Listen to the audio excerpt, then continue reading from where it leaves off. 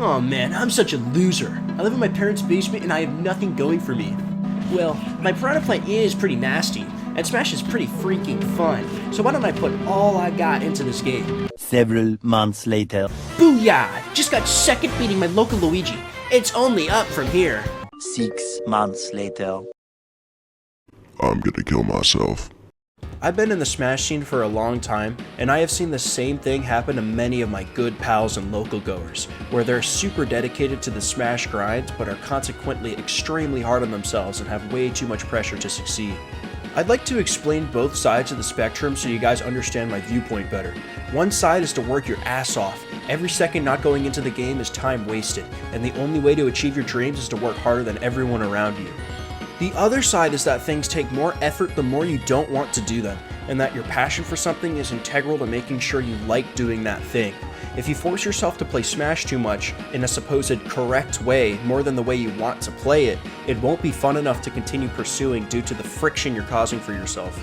There is a balance that needs to be hit though, because improvement does come from doing stuff that is uncomfortable. If you only do what you like, you won't get better. But if you do none of what you like, you'll lose your will to play the game. This means you need some complacency to enjoy yourself, but also some murky water to allow for change. Another really good point is that keeping a steady mentality during a tournament requires an incredibly high amount of comfort compared to other competitive games, since there's so much you have to do. In chess, it's turn-based and you can operate in the time given even if there's a bunch of mind games in it. In Smash, you gotta switch up several things at once on a dime to keep up.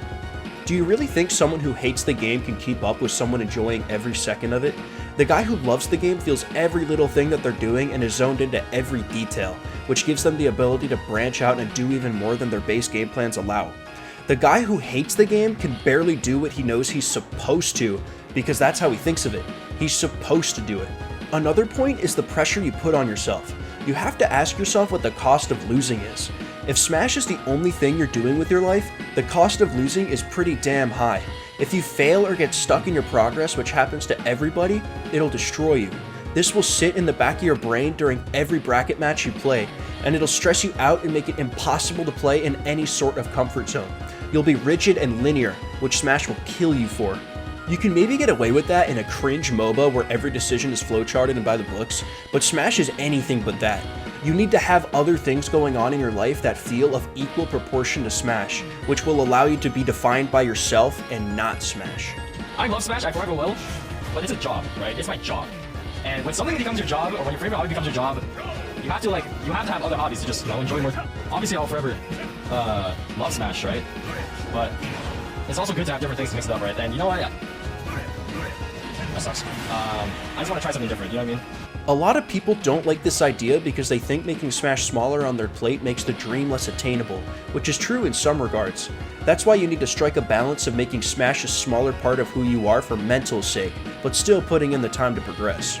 If all you think about is Smash for hours a day and you only go to locals once a week, or let's say you rock those so regionals and majors are the only real ways to determine your skill, how much of that thinking is going to waste? Even if you enjoy thinking about the game and don't mind having a bunch of excess knowledge, usually that thinking gives you a false sense of real progression. So when you're falling short in a tournament, you might get in your own head and feel like you're underperforming relative to your theory crafting and such. It's a lot better to prioritize your health as a person over whatever Smash stuff is going through your head. All those chemicals going off in your brain are just doing that so you can move forward and Smash. So if those thoughts are disproportionately more abundant than the amount of progress you're actually making, then that acts as a huge stressor. Honestly, if you want to progress at the same rate or even faster, just do a ton of something that's not Smash so you proportionately do more Smash while still not taking it too seriously. If Smash blows up one day, you need to have the peace of mind that it won't change the outcome of your life. Maybe adjust your vision to be a little bit more broad to accommodate your other hobbies and such. That way not even Smash can stop you from Smash. Thanks for watching.